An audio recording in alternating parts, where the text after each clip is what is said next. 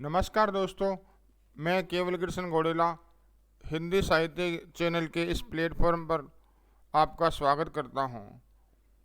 दोस्तों, आज के इस वीडियो में हम हिंदी साहित्य के तीसरे चरण यानी रीतिकाल के महत्वपूर्ण जो 100 फैक्ट है वो आपके लिए तैयार किए गए हैं। दोस्तों, संपूर्ण रीतिकाल का जो निचोड़ हम कह सकते हैं, ये जो 100 फैक्ट है दोस्तों, ये आपको रीतिकाल के जो टॉपिक में याद होने ही चाहिए, क्योंकि बार बार इन्हीं में से परीक्षाओं में जो क्वेश्चन पूछे जाते हैं दोस्तों, तो इन सभी जो महत्वपूर्ण तथ्यों को आप तैयार कर लीजिएगा।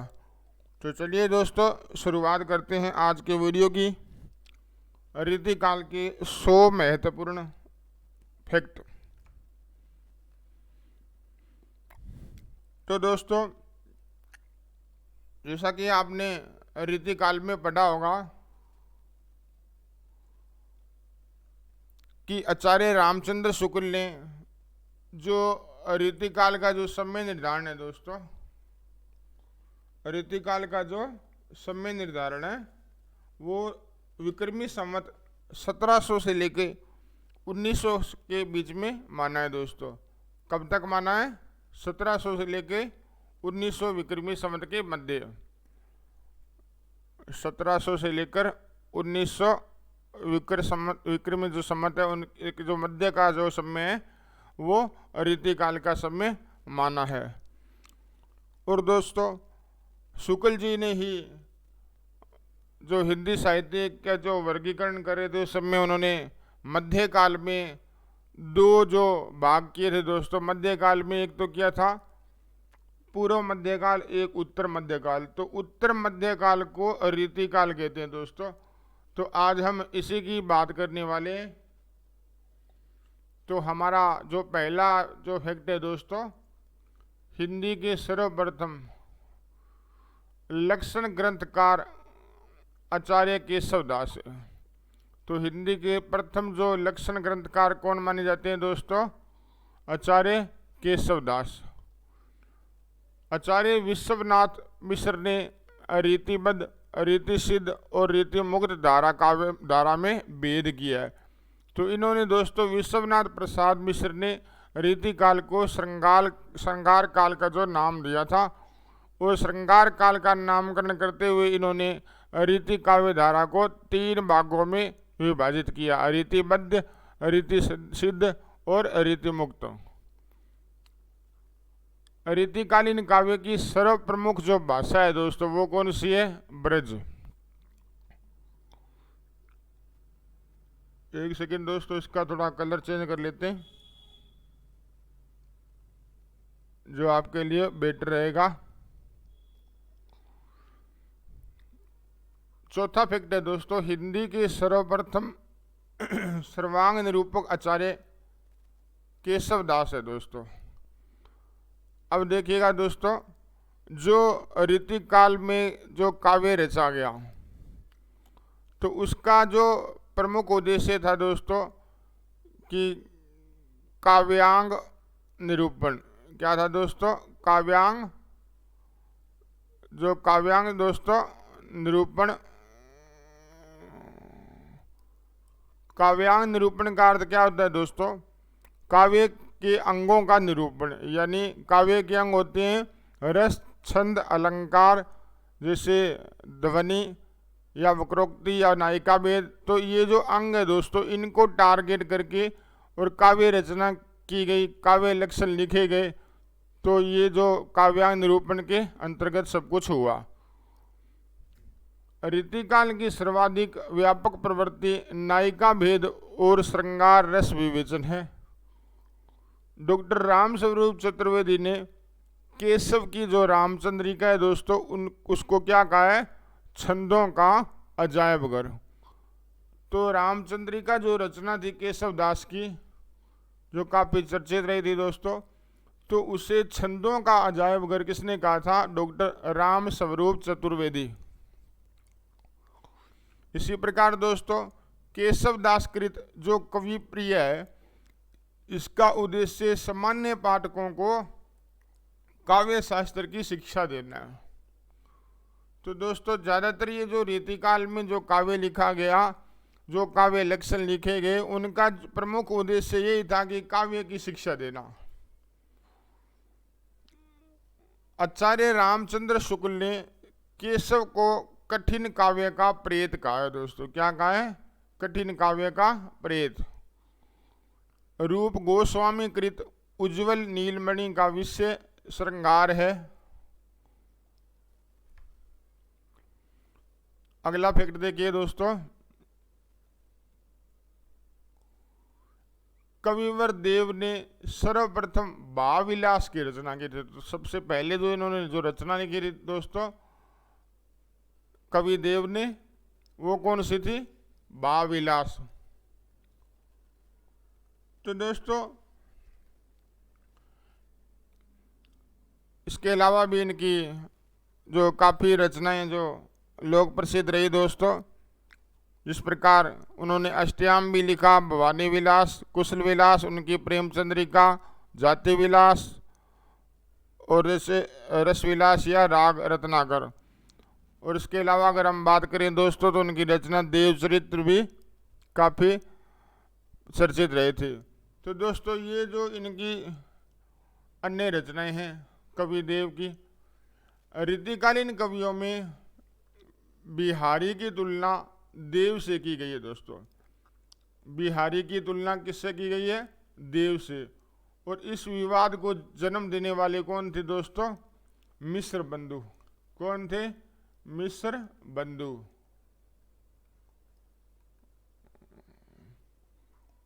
हिंदी में नायिका भेद की प्रौढ़तम रचना करने वाले आचार्य कवियों में देव सबसे ज़्यादा ऊपर है दोस्तों, सबसे ऊपर है, सर्वोपरि है। नायिका भेद वर्णन की दृष्टि से सर्वप्रथम ग्रंथ है जो दोस्तों उनका सुख सागर तरंग है। तो ये सुख सागर तरंग किसका है दोस्तों? कवि देव का। और इसमें नायिका भेद का वर्णन किया गया है। छंद निरूपक ग्रंथों में केशव दास कृत छंदमाला प्राचीनतम है। तो इस रचना को, छंदमाला जो रचना है उसको छंद निरूपक ग्रंथों में दोस्तों प्राचीनतम माना जाता है। इसी प्रकार दोस्तों हालकृत जो गाहा यानी गाथा सप्तशती ग्रंथ है जो, वो सतसई परंपरा की पहली रचना मानी जाती है। सतसई परंपरा की अगर आपसे पहली रचना पूछी जाए दोस्तों तो आपका उत्तर होगा गाथा सप्तशती या गाहा सप्तशती, जो कि हाल द्वारा, कवि हाल द्वारा लिखी गई थी। बिहारी सतसई के प्रथम टीकाकार कृष्ण कवि है दोस्तों। कौन है दोस्तों प्रथम टीकाकार बिहारी सतसई के? कृष्ण कवि। हिंदी में सतसई परंपरा की प्रथम कृति दोस्तों हितरंगिणी है दोस्तों। कौन सी कृति है दोस्तों? हितरंगिणी, जो कृपाराम की लिखी हुई है दोस्तों। किनकी है? कृपाराम। आनंदीलाल शर्मा जोशी ने बिहारी सतसई पर फिरंगी सतसई नामक फारसी में टीका लिखी है दोस्तों। फारसी में टीका किसने लिखी है दोस्तों? आनंदीलाल शर्मा ने, जो बिहारी सतसई की टीका लिखी थी दोस्तों किस नाम से? फिरंगी सतसई नाम से।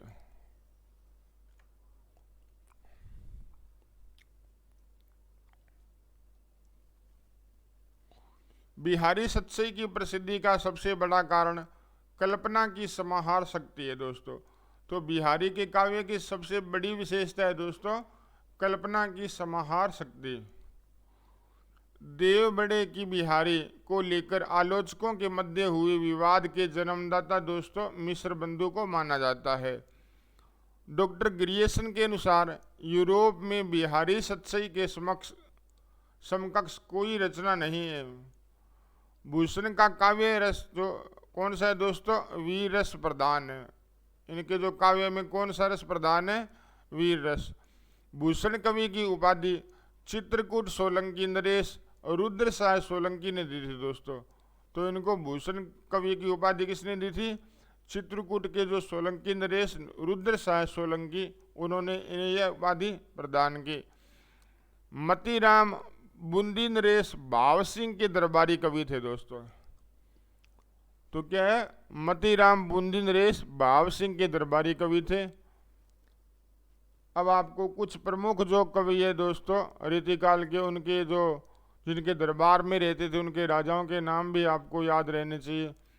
तो इनको आप कैसे याद रख पाओगे? मतीराम जो भाव सिंह के जो राजा के दरबार में कवि थे, तो इसको ऐसे याद कर लेना दोस्तों, ये बूंदी के थे। ठीक है दोस्तों, बूंदी के थे, तो ये बूंदी बूंदी का जो भाव है, भाव का मतलब रेट, मती पूछो क्या है, मती पूछो। लगभग बूंदी का जो रेट होता है दोस्तों मार्केट में लगभग एक सा ही रहता है, कम ज़्यादा बहुत कम होता है। जैसे एग्जाम्पल अपने मान लें कि 180 या 170 रुपये प्रति किलो, तो बूंदी का भाव लगभग यही रहेगा, एकदम उतार चढ़ाव नहीं आता इसमें, या रोज़ाना का इसमें उतार चढ़ाव नहीं आता। तो आपको ये ट्रिक याद रखनी है कि बूंदी का भाव मती, मती का मतलब मत पूछो, तो इससे क्या आपको याद हो जाएगा, मती से मतीराम और भाव से क्या याद हो जाएगा, भाव सिंह, कि ये भाव सिंह राजा के दरबार में रहते थे। तो आपको बस याद करना है दोस्तों, किसी भी प्रकार का बहाना हो। काव्यांग निरूपण में भिखारी दास सर्व प्रमुख है दोस्तों।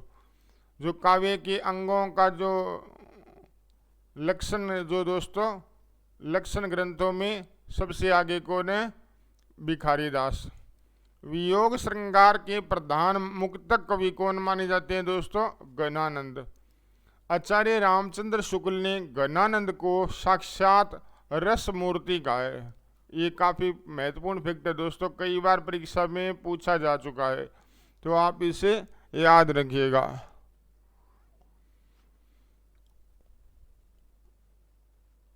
अब दोस्तों अगले फैक्ट में देखिए, गणानंद के काव्य की मूल प्रेरक शक्ति उनकी प्रेमिका सुजान है दोस्तों। तो इस सुजान के कारण इन्होंने इतना काव्य लिख डाला दोस्तों। तो मूल प्रेरक शक्ति कौन है, इनकी प्रेमिका सुजान। रीतिकालीन काव्य परंपरा के अंतिम चरण के सर्वाधिक जो प्रसिद्ध कवि दोस्तों कौन माने जाते हैं, कवि पद्माकर। पद्माकर कृत जो जगद विनोद है दोस्तों, जग विनोद है दोस्तों को श्रृंगार रस का सार ग्रंथ कहा गया है दोस्तों। श्रृंगार रस का सार ग्रंथ कहा गया है। गंगा लहरी पद्माकर की अंतिम प्रसिद्ध रचना है दोस्तों। पद्माकर ने भक्ति, श्रृंगार और वीर इन तीनों पर अधिकार पूर्वक लिखा है। तो रीतिकाल के जो एकमात्र कवि है दोस्तों जिन्होंने तीन कैटेगरी की जो काव्य रचनाएं की है, भक्ति, श्रृंगार और वीर।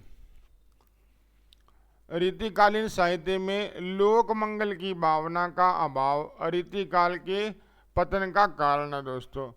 तो लोक मंगल यानी समाज के कल्याण की बात करना। तो दोस्तों रीतिकाल में जितनी भी जो काव्य रचनाएं हुई वो ज़्यादातर दरबारी साहित्य उसको कह सकते हैं। दरबारों के अंदर जो कवि रहते थे राजाओं के, उन्हीं की चाटुकारिता करते थे और उन्हीं को काव्य शास्त्र की शिक्षा देने के लिए लक्षण ग्रंथ लिखे जाते थे। तो कहीं न कहीं लोक मंगल की जो भावना है वो लुप्त हो गई थी रीतिकाल में। बस यही कारण रहा दोस्तों कि रीतिकाल का पतन हो गया। आचार्य रामचंद्र शुक्ल ने रीतिकाल का समय जो संवत 1700 से लेकर विक्रमी संवत 1900 विक्रमी संवत तक माना है दोस्तों। अगर इसको हम ईस्वी में देखते हैं तो 1643 ईस्वी से लेकर 1843 ईस्वी।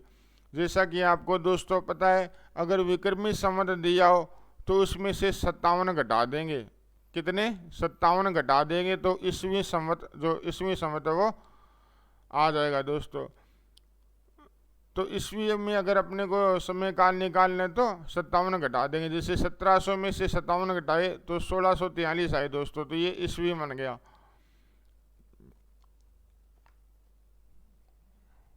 इन दोनों का थोड़ा ध्यान रखना दोस्तों, कई बार परीक्षा में ईस्वी में पूछ लिया जाता है जबकि आप याद रखते हो विक्रमी संवत में।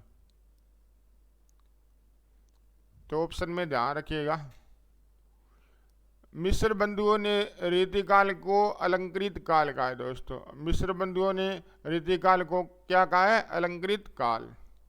इसी प्रकार विश्वनाथ प्रसाद मिश्र ने रीतिकाल को क्या नाम दिया दोस्तों? श्रृंगार काल। रीतिकाल के कवियों की 3 श्रेणियां हैं दोस्तों। कौन कौन सी? रीतिबद्ध, रीति सिद्ध और रीति मुक्त। तो ये 3 श्रेणियां हैं दोस्तों रीतिकाल के कवियों की, जिसमें रीतिबद्ध के जो कवि थे दोस्तों, उन्होंने काव्य के अंगों को उनके लक्षण, उदाहरण और लक्षण देकर जो लक्षण ग्रंथ लिखे वो रीतिबद्ध में आते हैं दोस्तों। और रीति सिद्ध में जो काव्य के अंगों का उन्होंने ज्ञान को अपनी काव्य रचनाओं में उपयोग किया है, ना कि लक्षण और उदाहरण दिए हैं। तो उन्होंने सिर्फ उपयोग किया है दोस्तों किसका? काव्यांगों का। और रीति मुक्त है दोस्तों, उसमें वो इस कैटेगरी में वो कवि आते हैं जिन्होंने बिल्कुल स्वतंत्र होकर रीतियों से जो भी काव्यांगों के जो अंग है दोस्तों, उनसे मुक्त होकर काव्य रचनाएं की है। तो ये 3 प्रकार की कैटेगरी है दोस्तों, रीतिबद्ध, रीति सिद्ध और रीति मुक्त। बिहारी प्रमुख रीति सिद्ध कवि माने जाते हैं दोस्तों। किस प्रकार के कवि है? रीति सिद्ध। देव ने रीति को काव्य का द्वार माना है दोस्तों। तो देव ने रीति को क्या माना है? काव्य का द्वार। आचार्य रामचंद्र शुक्ल ने चिंतामणि को रीतिकाल का प्रवर्तक माना है दोस्तों।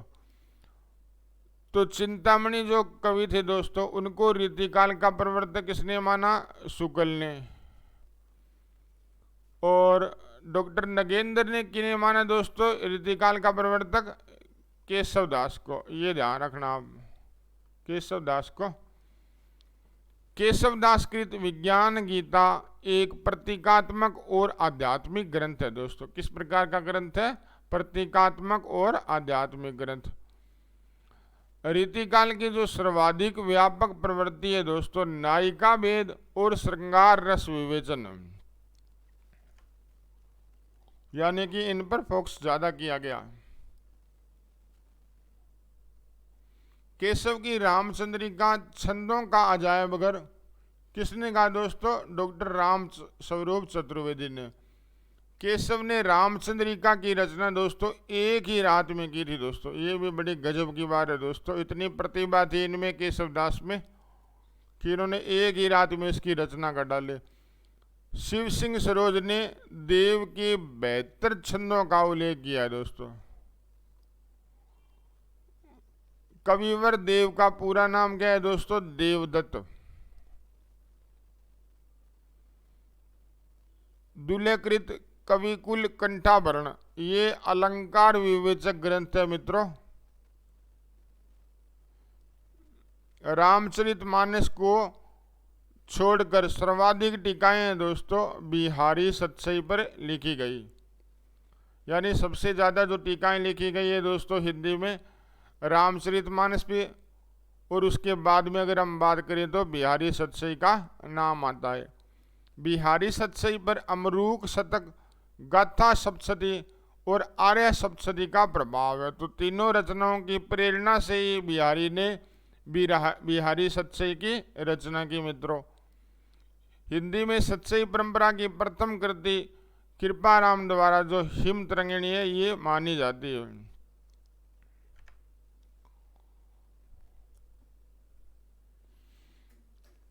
अगले फैक्ट में देखिएगा दोस्तों,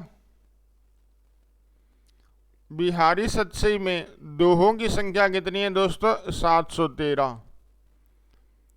वैसे 726 भी मानी जाती है, लेकिन अलग अलग विद्वानों के साथ थोड़ा डिफरेंस है, लेकिन 713 वो सर्वमान्य है दोस्तों, सर्वमान्य। बिहारी सतसई की रचना मिर्जा राजा जय सिंह के निर्देश पर लिखी गई थी। भूषण रीतिकालीन राष्ट्रीय कवि है दोस्तों। मतीराम बूंदी नरेश भाव सिंह के दरबारी कवि थे।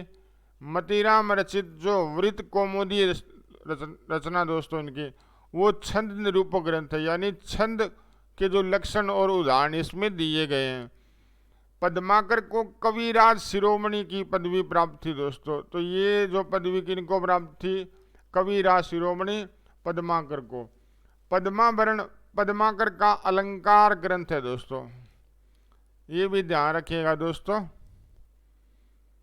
कि ये आपको पहचान रखने की किस प्रकार के ग्रंथ है। अलंकार ग्रंथ है, छंद जो निरूपक ग्रंथ है, या रस विवेचक ग्रंथ है। तो अलंकार ग्रंथ है, उनमें जो रचना के पीछे जो वर्ण नाम आता है दोस्तों, जैसे कंठा वर्ण, पद्मा वर्ण, ये वर्ण है, ये अलंकार में होते हैं दोस्तों। ये थोड़ी आप ध्यान रखना बात को, किस में होते हैं? अलंकार में। देव ने छल नामक नवीन संचारी भाव की उद्भावना संस्कृत के भानुदत्त की रस तरंगिणी से ग्रहण की थी।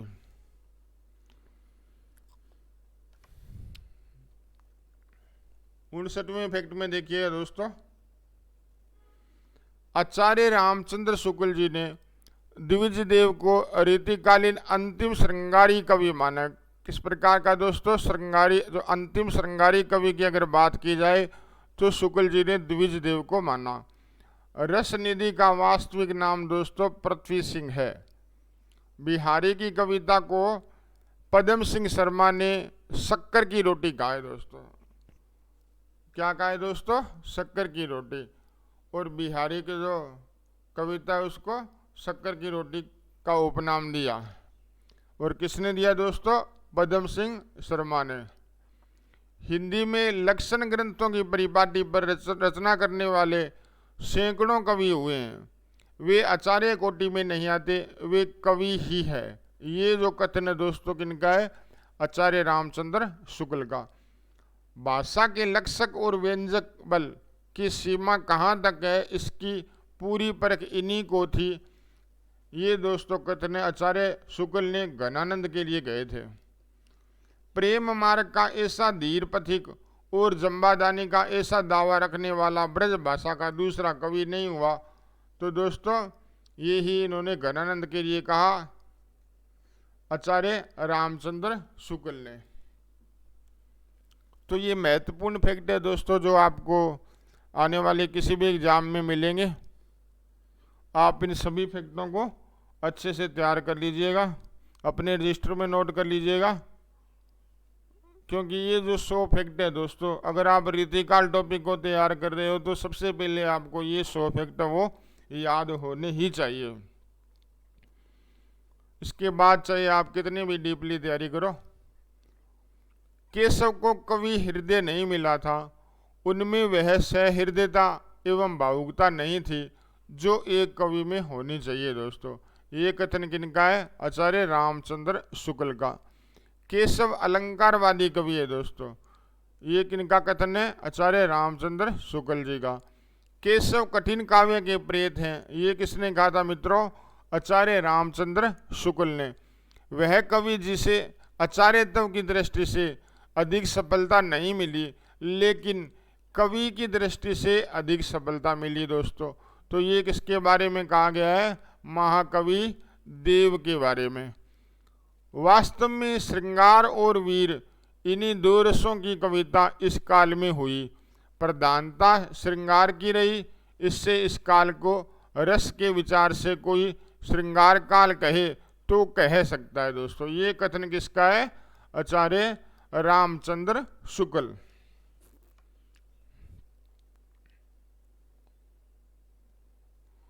नगेंद्र ने रीति काव्य का प्रवर्तक इन्हें माना है दोस्तों? आचार्य केशव दास को। और शुक्ल जी ने किनको माना है? चिंतामणि को। क्योंकि आचार्य केशव दास को शुक्ल जी भक्ति काल केंद्र में लेकर चले गए थे, तो उन्होंने चिंतामणि को जो रीतिकाल का प्रवर्तक माना, और नगेंद्र जी ने रीति काव्य का प्रवर्तक आचार्य केशव दास जी को माना। किस कवि ने अपने ग्रंथों में अपना नाम मणिमाल भी लिखा है दोस्तों? तो वो कौन से कवि है दोस्तों? चिंतामणि त्रिपाठी। सुकविन हो कि कछु कृपा समुझी, कविन को पंथ। दोस्तों यह पंक्ति किसकी है? भूषण जी की। कवि भूषण की पंक्ति है दोस्तों, जो कि शिवराज भूषण से ली गई है। इनकी रचना थी शिवराज भूषण। जाते कछु हो हूँ लो कविताई को पंथ। ये पंक्ति दोस्तों किसकी है? भिखारी दास की। गाथा सप्तशती और अमरूक शतक और आर्य सप्तशती दोस्तों, इन तीनों की प्रेरणा से ये बिहारी ने बिहारी सच्चाई लिखी थी। आपने पढ़ लिया है दोस्तों। तो इनके जो रचयिता कौन थे ये देख लीजिए। गाथा सप्तशती के रचयिता है दोस्तों कवि हाल, और अमरूक शतक के रचयिता है अमरूक, और आर्य सप्तशती के रचयिता कौन है दोस्तों? गोवर्धनाचार्य। चिंतामणि का सर्वाधिक प्रसिद्ध ग्रंथ है दोस्तों कवि कुल कल्पतरु। कौन सा है दोस्तों? कवि कुल कल्पतरु। अब ये देखिए दोस्तों, काफी चर्चित जो पंक्तियां रीतिकाल की आपने कई बार पढ़ी होगी। शासन ही में समीर गयो अरु आंसुन ही सब नीर गयो डरे। ये पंक्ति दोस्तों किनकी है? कवि देव की। रीतिकाल का कौन सा कवि जीविका की तलाश में अनेक राजाओं, रईसों और नवाबों के यहाँ भटकता रहा पर कहीं जम न सका दोस्तों? तो वो कौन से थे? कवि देव। इन्होंने काफी राजाओं का आश्रय लिया था दोस्तों, इसलिए ये जो बात है इनके लिए कही गई है। रावरो रूप भरियो आँखियन भरियो सू भरियो उनरियो सू दरियो परे। ये पंक्ति दोस्तों किसकी है? कवि देव की।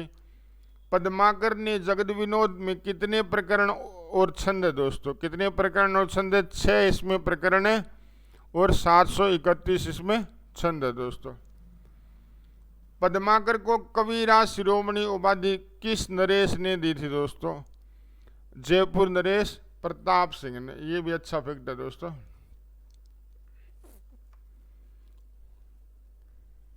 अब हम बात करें दोस्तों 83वें फैक्ट की। नैन नचाए कहीं मुस्काए लल्ला फिर आइयो खेलन होरी। तो ये पंक्ति दोस्तों किसकी है? कवि पद्माकर की। फाग यानी होली का कवित्वपूर्ण जो सरस और चित्रण किस कवि के काव्य में हुआ है? पद्माकर जी के। रीतिकाल में श्रृंगार की धारा को वीर रस की ओर मोड़ने का जो श्रेय किसे दिया जाता है मित्रों? कवि भूषण। शिवा को बखानो की बखानो 76 साल को। ये पंक्ति है दोस्तों भूषण जी के। ऊंचे घोर मंदिर के अंदर रहन बारी, ऊंचे घोर मंदिर के अंदर रहाती है। कंदमूल भोग करे 3 बेर खाती है, सो 3 बेर खाती है। ये काफी चर्चित जो पंक्तियां दोस्तों, ये किसकी है? कवि भूषण की।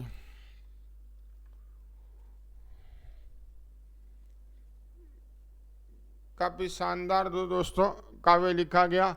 काव्य शास्त्रीय दृष्टि से रीतिकाल में मतीराम ने अपने किस ग्रंथ में श्रृंगार रस और उसके आलंबन नायक नायिका भेद का विवेचन किया है दोस्तों? तो कौन सी रचना थी इनकी? रसराज। कौन सी रचना थी दोस्तों? रसराज। मतीराम ने फूल मंजरी की रचना जहांगीर के आश्रय में और ललित ललाम की रचना भाव सिंह के आश्रय में की थी दोस्तों। तो मतीराम ने जो उनकी रचना थी फूल मंजरी, वो तो दोस्तों जहांगीर के आश्रय में की थी, और जो ललित ललाम उनकी रचना है वो उन्होंने भाव सिंह के समय में लिखी थी। बिहारी किसके राज्याश्रित कवि थे दोस्तों? जयपुर नरेश महाराजा जय सिंह। देव और बिहारी नामक पुस्तक के रचयिता कौन है? कृष्ण बिहारी मिश्र। बिहारी और देव नामक पुस्तक के रचयिता कौन है दोस्तों? लाला भगवान दिन। तो ये दोनों फैक्ट है वो आप याद रखिएगा दोस्तों। देव और बिहारी, बिहारी और देव, इनके रचयिता अच्छे से याद रखना। इसके अलावा जो बिहारी की वाग विभूति जो और बिहारी, ये जो रचना है दोस्तों, इस नाम की जो पुस्तक है उसके रचयिता है विश्वनाथ प्रसाद मिश्र। अब हम दोस्तों 94 फैक्ट की बात करेंगे, क्योंकि इस वीडियो में आपको 100 फैक्ट देखने को मिलेंगे दोस्तों। वही संपूर्ण रीतिकाल का निचोड़ है। जिस कवि में कल्पना की समाहार शक्ति के साथ भाषा की समाहार शक्ति जितनी अधिक होगी उतनी ही वह मुक्तक की रचना में सफल होगा। यह क्षमता बिहारी में पूर्ण रूप से विद्यमान थी दोस्तों। क्या थी? विद्यमान थी दोस्तों। ये विद्यमान लिखना, यहाँ पे थोड़ी मिस्टेक होगी। ये कथन किसका है दोस्तों? आचार्य रामचंद्र शुक्ल का। केशव दास ने किस ग्रंथ की रचना महाराजा इंद्रजीत सिंह के एकनिष्ठ गणित का राय प्रवीण को शिक्षा देने के लिए की थी दोस्तों? कौन सी रचना थी वो? कवि प्रिया। इनकी सी विशुद्ध, सरस और शक्तिशाली ने ब्रज भाषा लिखने में और कोई कवि समर्थ नहीं हुआ। विशुद्धता के साथ प्रौढ़ता, माधुर्य भी अपूर्व है दोस्तों। गणानंद के लिए ये कथन दोस्तों आचार्य रामचंद्र शुक्ल ने कहे थे। तो आज के वीडियो की अंतिम स्लाइड दोस्तों, सन 1739 ईस्वी में नादिर शाह के सैनिकों द्वारा रीतिकाल का कौन सा कवि मारा गया था दोस्तों? गणानंद। रीतिकाल के किस कवि को आचार्य शुक्ल ने लाक्षणिक मूर्तिमत्ता और प्रयोग वैचित्र्य का ऐसा कवि कहा जो पौने 200 वर्ष बाद छायावाद काल में प्रकट हुए दोस्तों? किसके लिए कहा गया था ये? गणानंद जी के लिए। किस कवि को रीतिबद्ध और रीतिमुक्त दोनों वर्गों में सम्मिलित किया जाता है? वो कौन से कवि है दोस्तों? द्विजदेव।